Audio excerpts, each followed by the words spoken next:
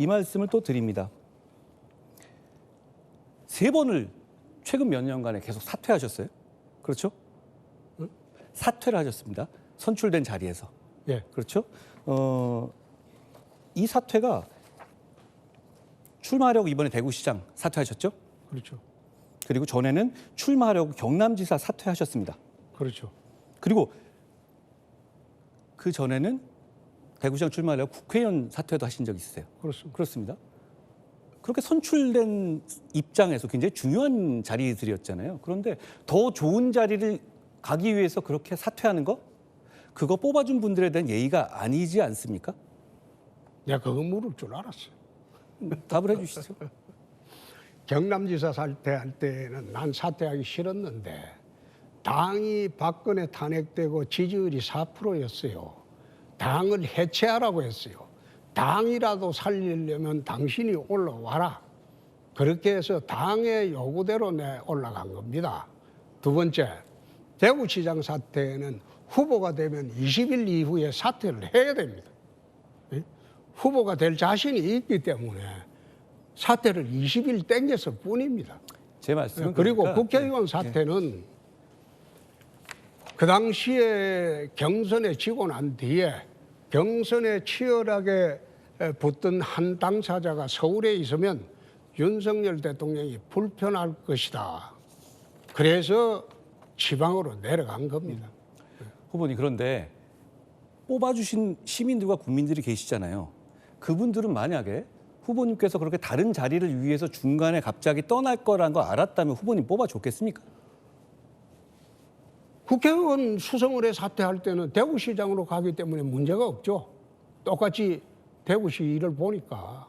아, 수성을의 국회의원과 대구시장은 다른 자리죠. 다른 자리고 똑같은 자리지 뭐. 대구시 업무 보는 거는 수성을 국회의원들은 수성을을 보고. 수성을 국회의원은 수성 시민들을 대표하기도 하지만 전국을 대표하는 국회의원이죠. 대구시장과는 다른 자리입니다.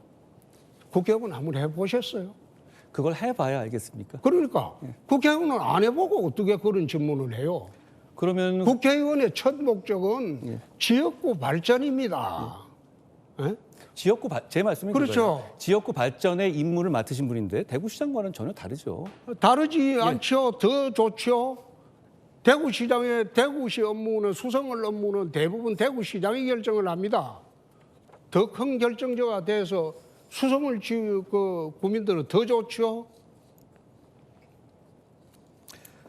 아까 저에게 총선 패배 뭐 이런 말씀하셨잖아요. 예. 보수 정당에서 2번 당 대표를 하셨어요. 그렇습니다. 한 번은 야당, 한 번은 여당. 그런데 둘 다 중도 사퇴하셨습니다. 그렇습니다. 예. 그때 그런데 한나라당 대표 시절에는 서울시장 보궐선거 대패하시고 디도스 사건 겹쳐서 사퇴하셨죠. 그렇습니다. 그리고 자유한국당 당대표 시절에선 지방선거에서 대구, 경북 말고 전패하셨죠. 그렇습니다. 그래서 역대 지선의 최악 결과를 그렇습니다. 맞으셨죠. 그 점에 대해서는 어떻게 생각하십니까? 오히려 후보님이야말로 우리 보수정당 입장에서는 패배의 아이콘 아닙니까? 아니, 나올 때마다 계속 저으셨어요. 그러면 이번 선거도 후보님이 나오시게 되면 우리 국민들과 지지자들은 패배를 떠올리지 않겠습니까? 좋습니다. 우선 서울시장 선거 때 사퇴한 거는 디도스 파동입니다.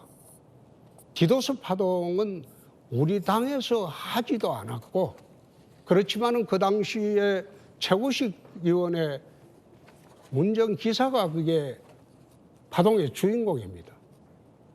우리 당원도 아니지만은. 그렇지만은 최고식 위원회 운전기사가 했기 때문에 우리 당의 정서가 아주 나빴어요. 서울시장 선거에 패배했다고 해서 사퇴한 게 아니고 디도스 파동 때문에 내 스스로 사퇴했습니다. 이거 내가 한 일도 아니고 우리 당원이 한 일도 아니지만은 우리 당 의원의 운전비서가 저질른 일에 책임을 지겠다. 그게 지방선거 앞두고요. 디도스 파동이 아주 그 악재였습니다. 그래서 제가 사퇴하면서 이게 마무리될 수 있다면 사퇴하겠다 하고 사퇴한 거고. 두 번째, 지난 2018년도 지방선거는 아마 그때 한검사 검사할 때 되겠죠. 그때 왜 패배를 했겠습니까? 트럼프하고 문재인하고 합작해서 남북 평화회담을 했어요. 김정은하고. 그때 국민의 80%가 곧 통일이 되는 줄 알았어요. 그 분위기 속에서 후보님 좀 짧게 내가 말씀해 남북 주시면 정상회담은 후보님 좀 짧게 해주시면 좋겠습니다. 위장평화회담이다. 예. 자, 무슨 얘기인지 그래 알겠습니다. 했는데 막말했다고 난리를 자, 쳐서 후보님, 내 책임지고 후보님, 사퇴했습니다. 후보님이 대패한 건 이렇게 다 설명하고 변명이 많으신데 매번 저한테 총선 패배했다고 말씀하시지 않습니까? 그럼 총선 자, 패배 들어보세요. 설명해 보세요. 자, 총선 패배 이후에 제가 총선 패배를 왜 했는지 설명해 그 이후에 당대표를 63% 당선됐죠. 그러면 그 당원들은 이 총선 패배의 이유가 어디 있는지를 몰라서 그렇게 생각하셨다고 생각하세요? 아니. 당원들을 그렇게 폄하하십니까? 아니. 제 말씀은 총선 과정에서 있었던 여러 가지 일들 거기에 대해서는 아시는 분들 다 아시잖아요. 그리고 총선 이후에 특히 홍 후보님이 대통령님하고 여러 차례 뭐 회동도 하시고 그러면서 저한테 공격을 많이 하셨죠. 페북에도 많이 쓰시고. 네. 저거 어른스럽지 않은 아니, 행동이었다고 생각해요. 내가 하나는 이야기할게. 총선 패배 후에 예. 이건 국민도 알아야 되니까 사흘 뒤에 대통령이 이제 관저 만찬을 하자고 연락이 왔어요. 그래서 내가 관저 만찬을 갔습니다. 이제 집사람하고 같이 오라고 해서 제가 알기로는 먼저 요청하셨다고 들었는데 아닙니까? 그런 거는 한동훈 후보처럼 거짓말하지 않아요, 나는. 그래가지고 가가지고 이야기를 한참 한 4시간 반을 했어요. 좀 짧게 주로 이야기 그러면 들으면서 그중에 내가 나중에 한동훈 얘기를 후보 하시죠. 관련되는 것만 이야기할게요. 자, 거짓말 하시면 이거는 대통령은 처벌받습니다. 그때 이런 이야기를 합디다. 한동훈이가 총선에 이겼다면 총리로 임명하고 후계자로 삼으려고 했다. 그런 이야기를 합디다. 내 앞에서. 제가 그래서 1월에 사퇴 요구를 받았어요. 말이 되는 말씀을 하셔야죠. 아니. 그렇게 거짓말하시면 안 돼요. 홍 후보님 거짓말이 아니고 그동안 말을 자주 바꾸시는데 그래도 여기서는 말을 좀 조심하셔야 돼요. 왜냐하면 이 얘기 아닌 거 드러나면 이재명 짱 납니다. 조심하셔야 됩니다.